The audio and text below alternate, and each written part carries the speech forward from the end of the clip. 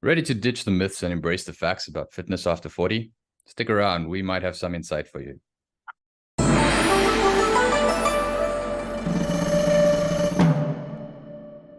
Hey, I'm Mike.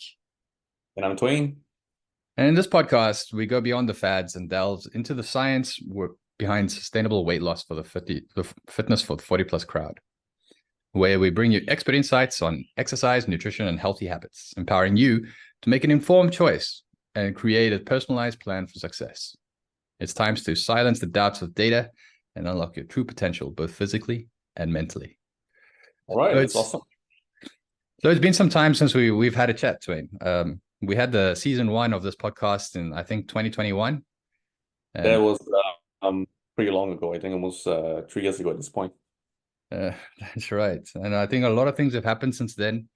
Partly, Yeah, life got in the way here, or we did other goals that we were going after, and I thought like that might be a very good thing to come and chat about today. Is possibly looking at the introduction of this and also the like goal setting, for people that have come in and are looking to regain their younger years with regards to their fitness or their vitality or their strength. What is what goal strategies that people can actually use to set this kind of thing up? yeah. I think it's one of those things where a lot of times we just look for a plan. Like we kind of come up with a superficial goal, we look for a plan, and then we just immediately try to get right into it without thinking too much about how we're setting things up, right? That's right. And I think there's like this quote. I know it from John Maxwell, but I'm not sure if it's from somebody else. But they always talk about is like fail to planning means planning to fail. Yeah. If you fail to plan, you plan to fail. Yeah. Yeah, That's the version I heard. So that's right. So when it comes into these kind of things, I think it also applies here because oftentimes we get kick started here is like it's a New Year's resolution. Okay, this is the year I'm going to the gym and I'm going to fit into my clothes of old, or I'm for guys, this is the year I'm now going to bench what I benched when I was in my 20s. And all of these things is like when you go in without a plan or you go in without any kind of goal setting, realistic goal setting, yeah. usually by February you're dropping out. Yeah, that's true. I think if I'm not wrong, the research on that or the statistics for that is something like 47% of people drop out by the third week of January. And then by February, I think it's pretty much higher, around 70-ish%. So it's Yeah. basically almost everybody, Yeah, yeah. which makes sense. Like when you're sitting in the gym and it's like the dreaded January, right? Yeah. When everybody comes in and it's like you have to wait for all the equipment. A funny thing on that though, I of course as somebody that, avidly goes to the gym, a lot of times we get these memes about, oh, the January crowd is coming, the New Year resolutions are coming, or the little Game of Thrones meme. And then it's funny when you think about it, but I used to be one of those that honestly I would get really annoyed about it. But having coached so many people, after all these years and just seeing people like try and attempt, sometimes it's actually really a good thing that a lot of people are starting to come in. And then I just think turning it around and looking at it from that perspective of, oh wow, all these people are actually trying to do something, and how can we make the gym a much more welcoming place? Which I think leads itself very well, or lends itself very well to this podcast, or the idea of doing this podcast. Yeah. That's true, and it's a great perspective to look at things because we all started somewhere. We've all like I myself also took a long hiatus from when I was very active in my younger years. Mm. Then life got in the way, got busy with all kinds of things, and it's like next thing you know, you're 40 years old. Your waistline is like a spare tire around your body, and you just don't have the energy and everything anymore to run around with your kids and things. And so that was like a bit of an awakening, and that's why I had to jump back into the fitness lifestyle as well. And I have to admit is when I first go in, I'm sure the people back in the gym were looking like, oh, there's one of those guys, winter is coming. Um, Yeah. It's like how long is this person going to stick around, right? that's right. That's right. But then it's like you take a step back and you start looking at things and you say, okay, am I just going to the gym and just doing things, or do I actually have a plan? Do I have a goal that I actually want to achieve? And then looking at that goal, uh, is it a realistic goal? I think that's the other thing that people usually overlook, because we will look at it and we'll be like, okay, so this is the year I want to lose 20 kilograms. Yeah. All right. Now, depending on your situation, that could be possible. But for the most of us, it's not really a realistic goal to set, because you'll only end up in disappointment. And when you get the disappointment, then you'll usually veer and fall off the bus. Yep. Yep. So I don't know, have you noticed, because as a person who actually trains people for a living, what are some of the things that you've seen is like that mistakes that people make when they set their fitness goals? Uh, I would say the biggest issue that most people face, right, is even setting the right goal. And so the mistake that they make is not differentiating between like the type of goal they're setting.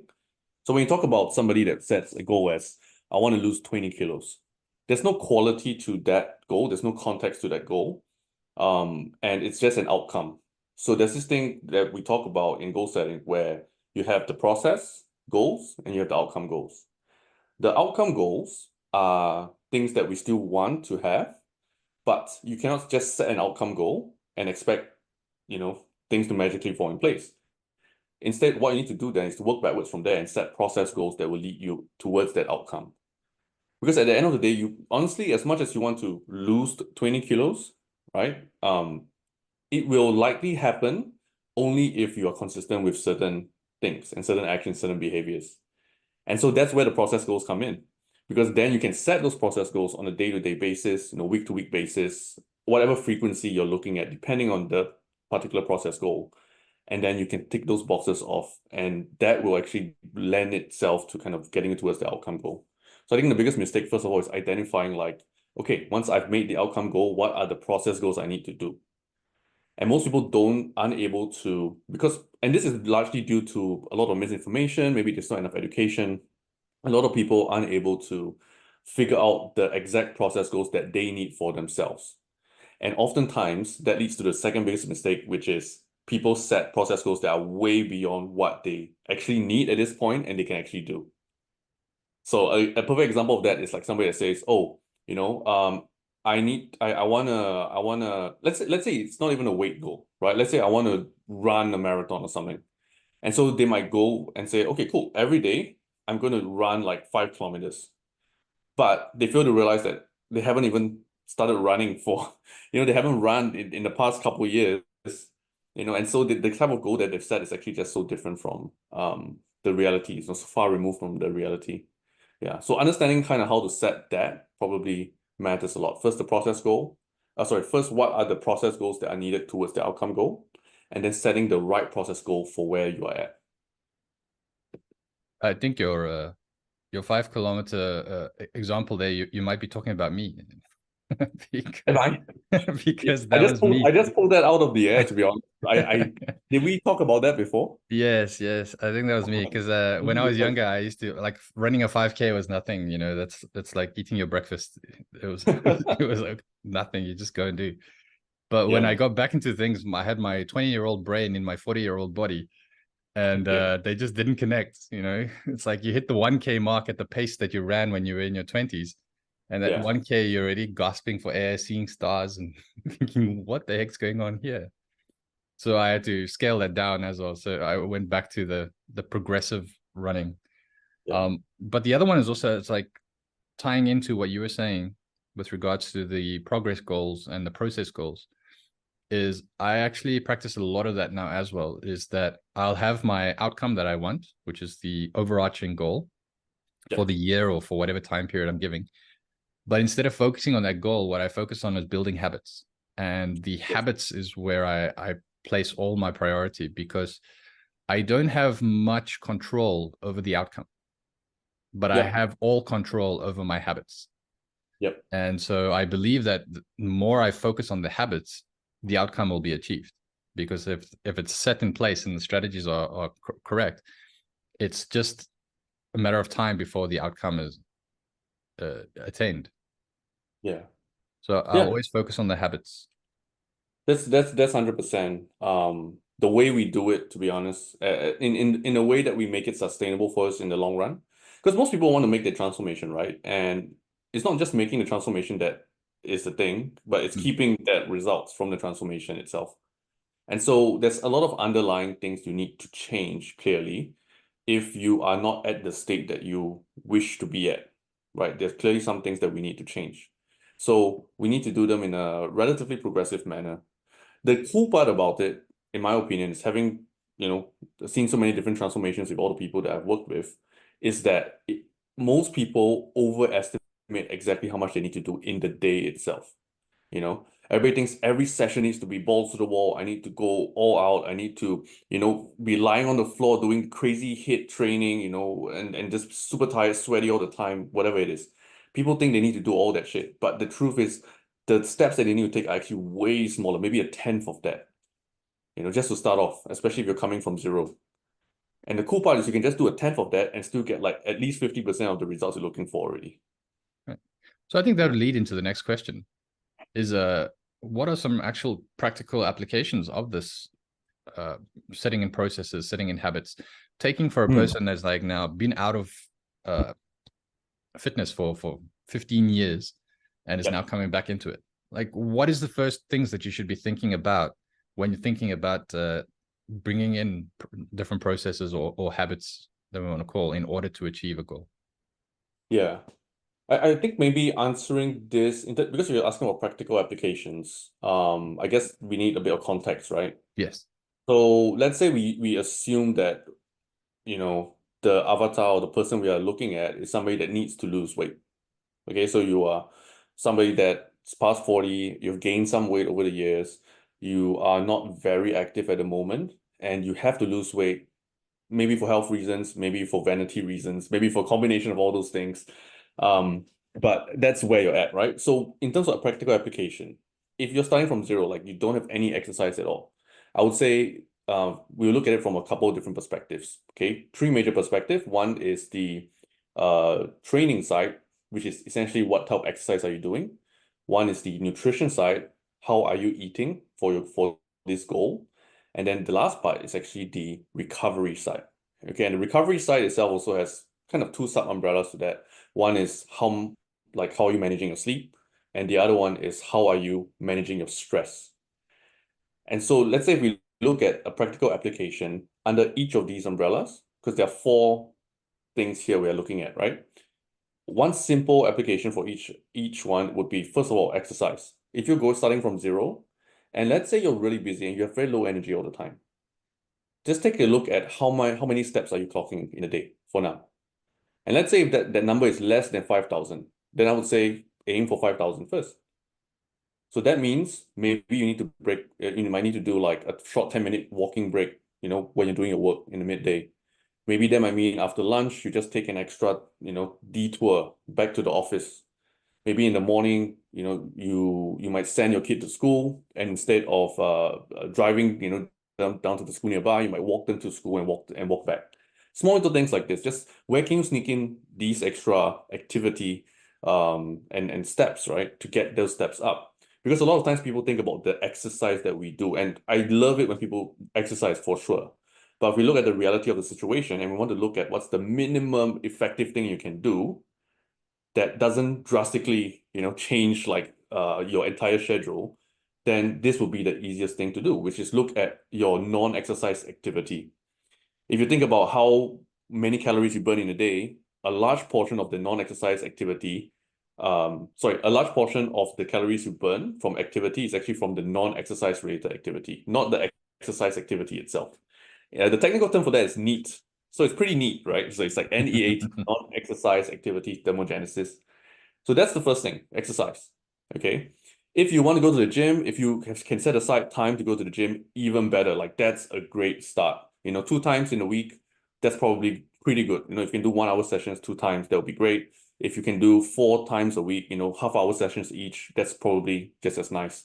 The institute of I think it's I forgot which one, the American Fitness Institute or of health, or I forgot which was the board for it, but they said or it was found that 90 minutes of exercise in a week is pretty much the base level that you will need to kind of help reduce any kind of health risks that's related to not exercising at all.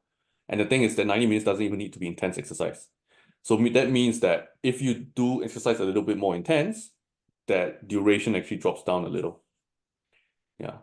So again, the barrier to entry is super, super low. Start from where you're at. First practical application exercise there. So far, like, does that line up with your experience, Mike? Yes, yes. I find is like there's a. I think the best way to look at it is like a staircase. You know, you have your goal at the top, and then as you start climbing the staircase, you start off with the small things. Then once you manage to master that small thing, you move on to the next step, which is obviously adding something to that. So it's like a building block. You add something to it. So an example is, and you use this, and I quite love it, is that our usual inclination when we talk about losing weight is one of two things. One is we say, okay, I'm not going to eat any carbs. I'm stopping eating all my carbs, especially like here in Asia. I hear that a lot. It's like, Yeah. oh, I need to lose 5 kilos. I'm going to stop. I'm not eating any more carbs. And I'm like, okay, but why? Because what is your actual purpose for it? Yeah. But it's the understanding, okay, I need to drop carbs. And then the second thing is that, oh, I need to start running 5 kilometers, or I need to go and do HIIT workouts. Yeah. Then I'm like, okay, but what's the purpose for that? Now, the reason I asked for what's the purpose for that is one, in Asia, the cuisine is quite carb dependent. When you start For looking at sure. all the foods, you got the noodles, you got the rice, you got the fruits, all this kind of stuff is all carbs, carbs, carbs all the way. So when you start cutting that out, then it's like, okay, now I have to go and look for new different dishes to eat because now it's things out of my normal. Yeah. And when you're starting to do such a drastic change, especially in the beginning, the chances of your dropout, I think, is very similar to the statistics that you gave earlier with regards to the people who go to the gym every January. Like Yeah. 75% dropout, I can easily see that. And it's the same with 100%. the going and taking a HIIT workout, from the get-go. By 5 minutes in, I can't breathe. I can't see. My vision is blurry. I'm like, oh, maybe this is not for me. So I'll just drop out. And the worst part is like after that you feel so sore, Yeah, you feel so you can't walk tired. for a week. It affects the rest of your week, right? It affects the rest of your day. Yeah, I mean that's such an important thing to understand. It's like how much do you actually need to do to get the results that you're Yes. looking for, especially taking into account where you're starting from. Yeah. So Yeah. this is one that Twain actually opened my eyes to, and it's a thing called LISS, which is low intensity solid state, right? Training. Yeah. And so what this is basically is that you use a lower intensity type of exercise at a longer period, and you just continually do it. And you see a lot of very similar results at the end of the day when you average it out over a 6-month period as to somebody who's doing a HIIT workout twice a week. If you're going and in this example, like what Twain said, is you go and do a 45 minute to an hour walk every day. And you Yep. do it at a pace that, you just find it slightly difficult to have a conversation. You're not running, you're not pushing too hard, but you're just doing it at a pace that's just at the where you're like, okay, I'm trying to chat with the people, but you can still chat. But it's Yeah, fragmented. The conversation's fragmented, like correct, 4 minutes or so, and then you kind of catch your breath. So it's just correct. effortful, but you're not dying, That's right. And so the beauty of this, and this is comparable now to the earlier story where I told you where I ran the 5K. Well, let's call it the attempt at running the 5K. Yeah. After that, I'm exhausted, after the 5K attempt, I'm exhausted. So for the rest of the night, what do? I sit on my couch and watch K-drama, right? Yeah. Compared to when I've gone for the 45 minute to an hour walk, which I think you can probably correct me if I'm wrong here, but it's also considered almost a negative energy expenditure walking. And thereby my body is no need for recovery thereafter. And I'm able to still continually just do as I need to do. If I need to go and play with Yeah. the kids, or I need to go and do housework or whatever it is, I'm able to still go and do it. And I'm adding to the calories being burned through that activity over Yeah. me now lying on the couch trying to recover from the 5K run. Yes, 100%. 100%. And like that's the biggest mistake a lot of people make with exercise. You know, they think it needs to be hard all the time.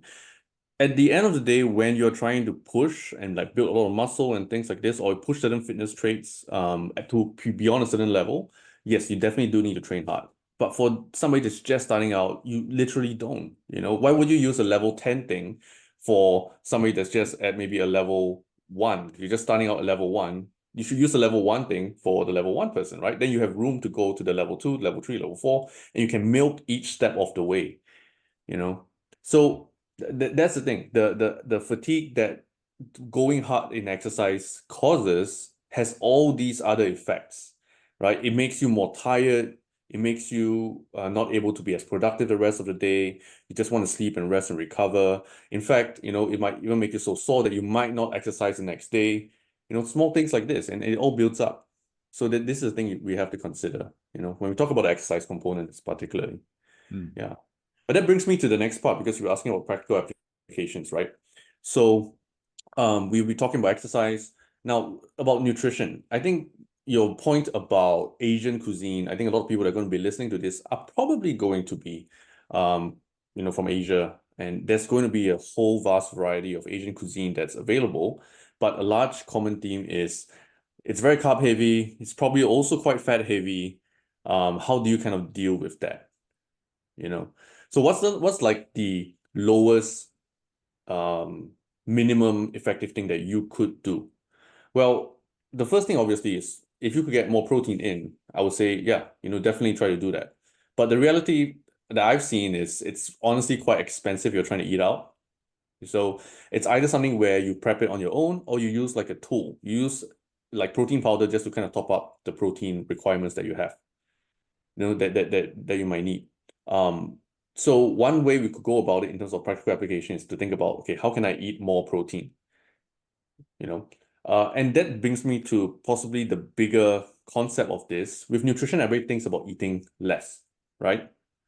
And true enough, you want a calorie deficit in order to lose weight, you know, to kind of give the body that environment to lose weight. But everybody thinks about eating less, especially like what you say, eat less carbs, you know, eat less whatever. Um, but I think where we might want to shift that mindset is because we want to actually think about eating more. But what do we eat more of? That's the question. So when we shift the mindset from like that restrictive perception of I can't eat so much, I have to eat less, and we shift it more over to there might be a little hiccup there if you hear this in post edit, right? So there might be a little hiccup there. But anyway, I was saying if we shift that mindset from eating less to eating more, it puts you in that perception of abundance. And you can start from that perspective and be like, okay, cool. Now what do I eat more of, right? I eat more of like I need to get more fiber in, which is something that most people don't do. And the simplest way to do that is to eat more fruits and veg. So you can make that your top priority, setting that as your goal and say every day I'm going to make sure I get my like 3 servings of fruits and veg. And a simple way to do that is let's say post meals or even pre-meals in between your meals, maybe have like 1 serving of fruit. So what's 1 serving of fruit? You know, just like one handful of whatever fruit you can grab. Like, that's the easiest way to put it. So if you keep it really simple like this and you start from there, what you notice is that the more fiber you eat, the more protein you eat, the less cravings you're going to get, the better your energy levels tend to be. Whether or not you eat carbs, you take out carbs, or like it starts to auto-regulate on that component. As long as we focus on these more important stuff first. So I'm eating more of these things. I take care of them first, and then I go on to the other items that I might want to eat. So that's probably the easiest way to kind of tackle it without even having to count calories, without having to worry too much even about portion sizing and things like this. You just kind of let it take care of itself in that sense. Yeah. Okay, so we covered exercise, we've covered eating. What Yeah. about things like stress and sleep? Yeah. So same thing again. If you're setting up your own plan and you're trying to look at the minimum effective thing to do per day, then stress and sleep are actually going to be the most important things that affect your body's ability to actually lose fat and lose the weight. Assuming you're doing the exercise component okay, and you're fulfilling your nutrition component, then the sleep part and the stress part comes into play. So the sleep part is really um more to do with like how much sleep can you actually get. And if you're like 40 plus, well, I mean, if you still have like young kids, the reality is maybe you might not get the best uninterrupted sleep throughout the night, right? Like Mike, is that the case for you, or for you, is it okay right now with your kids? Yeah, my kids now are a bit older, so I'm Okay. thankfully over that stage. But yes, I can fully understand where you're coming from with regards to the broken and interrupted sleep. Yeah. So I guess the sleep part is more to do with like how can we prioritize it? And I think for some people it's a very real situation where you really can't get much like quality sleep purely because let's say if you have a newborn, honestly that's something that's not easy to manage. So you have to manage within those circumstances. If I can But interject here quickly, with regards to sleep, is it that you just need to focus on getting the 8 hours a night? Or is there some merit to the circadian rhythm thing where they say you need to sleep before 10 p.m. at night? both are true, to be honest. When it comes to sleep, both are true. Because let's just put things aside first and understand what actually sleep does for our body.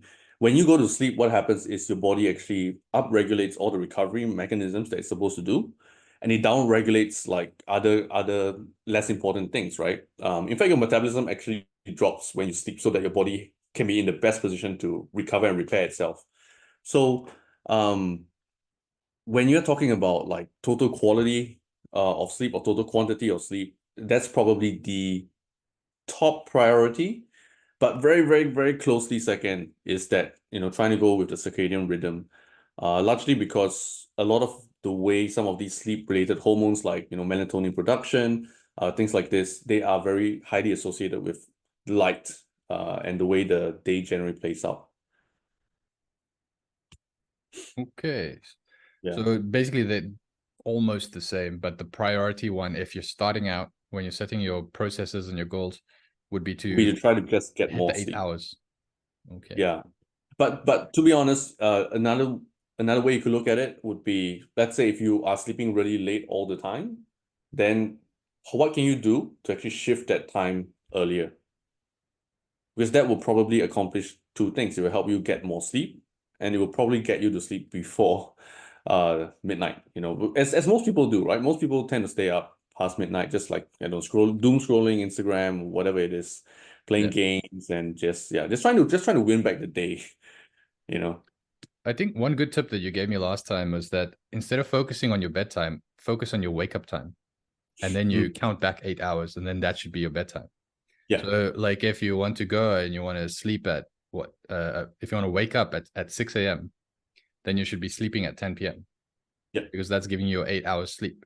If you want to be one of those crazy people, those 4 a.m. people, you should be sleeping at 8 p.m. Eight, yeah.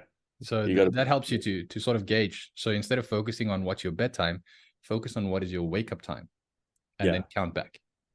yeah. And the other thing also is, with regards to that aspect of things, I think it's just making sure like you try to keep it as stable every day as possible. That means even through the weekends. So if you are supposed to wake up at 6 a.m. every on the weekdays, on the weekends itself, you probably want to do the same thing, but maybe you add in a longer nap midday, just to kind of make up for it. But the main reason for this is just so that number one, again, process goal to keep stability, build that habit. And number two, you actually find it much easier for your body to become naturally attuned to that cycle. If you keep disrupting it, with the weekend and you sleep in until really late, like 10 or 11 or something of that nature, you're just kind of resetting everything and kind of almost starting from zero once you hit Monday again. And that's why Yeah. we have the Monday blues. And that's why most people have the Monday blues. Yeah. Because you end up pushing, because the problem is when you wake up too late, what happens? You end up pushing your schedules further back. and you end up trying to, win back the day, right, at night again. So that's the habit that everybody has. I'm myself included. I'll be honest. I used to be like this as well, until I really doubled down and say like, I gotta wake up at the same time every single day, and then I just follow through with that. Although there are some days that I do sleep in. I'm not a machine. I'm not perfect. There's some days I do sleep in, but those days where I do sleep in, I will definitely look at my schedule and figure out, okay, what do I need to do to kind of get to bed on at the same time, and then make sure like I quickly get back on track that day in and of itself. It's okay to fail, but just don't fail twice in a row. Yeah. Fool me once, fool me twice. Yeah. All right, so we've covered the exercise, we've covered the nutrition, and we've covered the sleep. What about stress? Yeah. I think stress is one of these things where it almost sounds, what's the term for, like, a bit woo-woo, where you kind of got to put the time out for yourself, a bit of self-help kind of guru talk, right? But the truth is that stress levels, I think right now, in terms of chronic stress levels, have never been higher. So it's one of those things where when our stress levels are elevated too high for too long, it's just unhealthy for the body. Because it's causing a lot of biochemical reactions that lead down the chain that puts your body in that state where it's trying to survive, essentially. So with regards to stress, honestly, the only thing I can say is this: you have to have like a cut off time for your day. You have to have that time in the day where you put aside the time for yourself. And this can be a luxury for most people, to be honest. So the thing is, if you are in a position to try to change, how your life is, like what's causing you the stress, I would say aim towards that root cause of the stress, work on that. But at the same time, on a daily basis, in terms of practical application, it's like, where can you find maybe 15 minutes, 30 minutes of like me time throughout the day? And I give you a very perfect example here. I had one client. For her, look, she's a mom of 4 kids. Okay, she's full-time lawyer. You. All right. She I'm obviously not going to say anything, but she's actually separated from the partner. Okay, and she's taking care of the kids. She's doing all these things. She's separated from the partner, so essentially, she's almost single mom, right? I mean, I think she has a helper. Yeah, but regardless, look, like her plate is full, but she always makes sure she does her nightly skincare routine, because for her, that nightly skincare routine, that shower and that 30 minutes, that shower plus the skincare routine, is her me time, her way to kind of relax and take care of herself. Of course, for people like us, it might, like, who's not into skincare, it might not seem like a big deal, right? But again, it's up to you to determine when is that time. Like for myself, my stress relaxation time, fortunately, like I've been fortunate, it's like going to the gym. I enjoy going to the gym. And the gym time is my time to kind of escape away. But at the same time, I'm also fortunate that I run my own business. While it has its own series of stresses, it also has the benefit of me being in charge of my schedule for a large part. And so I can schedule aside that kind of me time. So if you're in that position as well, you probably can do that. And I would say most people, especially nowadays, if you're working from home, you're doing all these other things, we actually have the time. We just don't feel we have the energy to dedicate to that, right? So I think that's a large part of it, where it's like, okay, can you take charge of your schedule and say, where can I slot in this stress relief time, this kind of me time? And then what am I going to do during that time? Even if that time is just taking a nap, sometimes that might be a way to overlap the two we talked about, right? Sleep and the stress relief as well. Yeah. So find that thing that you can do in the day, daily, to kind of help you keep your sanity, if that makes sense. I like the idea of what you say is like you can combine the two. It's leaning into the idea of like James Clear's Atomic Habits, right? Where you look at doing habit stacking.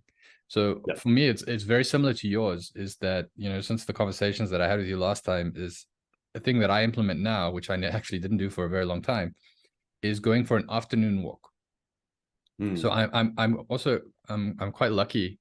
In the area that I live in is a lot of trees. There's a lot of like birds and everything. So when I go and I walk, I get the vitamin D shot from the sun, and I get to enjoy that. And then two is I get to listen to nature while I'm walking, because it's a very quiet area at the time that I go walk. And so it helps me to clear my head about things. It helps me to relax. That by the time I've done one round here, which is probably, each round is probably about 1.2 kilometers, I get back Yeah. here, I'm refreshed again, and I can jump back into work or anything that I was maybe battling with before I went for that walk. So it's a bit of Yeah. like what we call is habit stacking.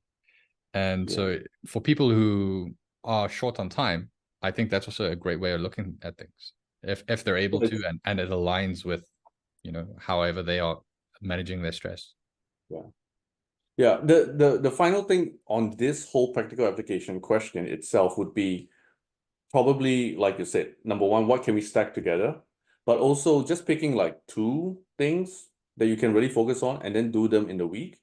And just see, can you do them consistently for like 2 weeks? Because at the end of the day, it's not about how much you do. It's just about how long you're doing it, how consistently you are doing it. Because not every day you're going to be 100%, and that's okay. Because it's all about just being in the game, right?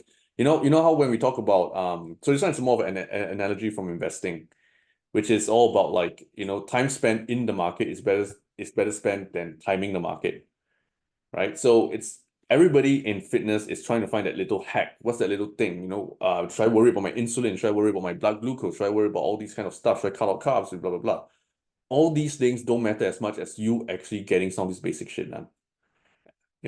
So that's the thing, right? Pick those one or two things, really hammer them the best that you can, and you'll be so surprised how much further you go.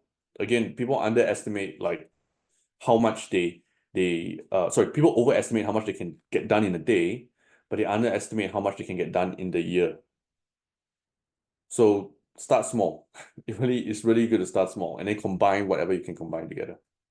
So with that in mind, if we have to take the four things, and you take the avatar that you suggested earlier as somebody that's been out 15 years, really starting from ground zero with a goal of losing 10 kilograms in 2024.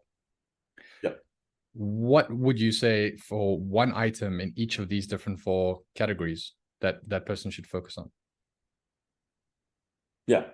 First thing, in the exercise component, I would say at least 90 minutes of exercise in a week in some form, some shape or form, right? The easiest way to do that is to try to aim for 5,000 plus steps a day. Start from there. If you're already at 5,000, or if you're generally like active in your work, maybe try to go closer to 10,000. So that's the first thing, right? For the nutrition side, I would say focus on increasing your fiber intake and prioritize that as the thing to do before your meals. So let's say for breakfast, first thing, get in, some, like, make sure you eat some fruit in the morning. And don't go straight for the bread, or don't go straight for like other stuff. Just eat the fruit first, and then after that, move on to the rest of the meal. If you can, then also adding in some protein would be good, or emphasizing protein would be good. But I found that for most people, once you emphasize the fiber first, it actually helps people regulate the, any kind of cravings, any kind of energy fluxes that will affect like your overeating component. So that's the easiest thing. Yeah, I'm not saying protein is not important, but that's the easiest thing to start first. So before lunch, bring a fruit snack to work. Before lunch, make sure you eat that, and then midday, eat another piece of fruit. Easily you can get in 3 servings of fruit a day already. Yeah. And then for the sleep component, take into account like what time you need to wake up, work backwards from there, and say like, okay, if I need to wake up at 7 a.m. every day, and I'm currently sleeping at 1 a.m., how can I get to sleep by 12:30? How can I get to sleep by, sorry, yeah, how can I get to sleep by 12:30? How can I get to sleep by 12 a.m.? I just need to shift that down a little bit. And you just have to keep chipping away at it this way. So for this week, maybe you might say, okay, if I want to sleep by 12:30, I need to get into bed by 12. And you work backwards from there and say, how much time do I have left? What am I actually doing in the day and doing in that night such that I'm sleeping so late? And then getting rid of that and setting it up such that you actually get into bed by 12. So that'll be for the sleep. Then for the stress component, like we talked about, taking a look at your schedule and saying, where can I slot in these me times, right? Half an hour is probably good enough for most people. I think like what you said, the easiest way is to double up and stack it with something else. So if you could stack that half an hour stress-free time or like stress relieving time with a walk, you'll be able to kind of work towards your step count as well as focus on this stress relief part. And as much as you might want to use, I mean, you can use the walk for anything. You can double it up with like if you have things you want to listen to, podcasts like this one, you could definitely do that. But there is a lot of benefit to just going out, walking, and listening to nature around you, listening to the surroundings around you, just observing things, because that allows your brain to help you process a lot of things that's going on. And that's very important for stress relief. Awesome. Yep. All right. I think we've covered up most of the things that you need to focus on with regards to once you've set the goal, which we alluded to earlier about setting realistic goals. And then we focused on actually focusing on the priorities or placing priority on the processes and the habits rather than placing the priority on the goal itself. Yeah. And you gave us some very good tips that where we can start at. Because I think that that's very practical and it's very easy for everybody to follow. I mean, any person can really implement these things in their daily lives. There's no real excuses for not implementing these. Yeah. And I think it should help a lot of us by setting those realistic goals. It should help us to lower that amount of the high amount of dropout that we are experiencing in the current setting. Yeah. I mean, with fitness, the only way you can lose is if you stop doing it. That is true. If you drop out, if you decide to drop out and stay dropped out, that's where you lose. That's the only way to lose this game. It's like if you don't do it. So as long as you're doing something, you're already in the game. Are you winning it completely? Maybe not. Could there be more things you could do better? I'm pretty sure. But at least you're in the game and you're at the position to actually improve things. Versus if you're just, given up, right? If you just drop out, you give up. Yeah, that's not gonna. That's true. That's not gonna help anybody. Yeah, that's true. So I think this is all very good advice that's been given to a lot of us that consider ourselves too old or past our prime when it comes to fitness. And I mean, all this information can help us to rediscover our strength, our inner athlete, because ultimately at the end of the day is like life after 40 it's really just getting started. That's I think we have to challenge that idea or that standard where it's like, oh, once I'm past 40, I'm past my prime. Yeah. Awesome. Okay. I think we'll probably call it there so that these are practical tips that people can take back and they can implement and see their goals materialize. Yeah, thanks, Dwayne. No worries at all. Thanks, guys. See you again on the next one. All right. Ciao.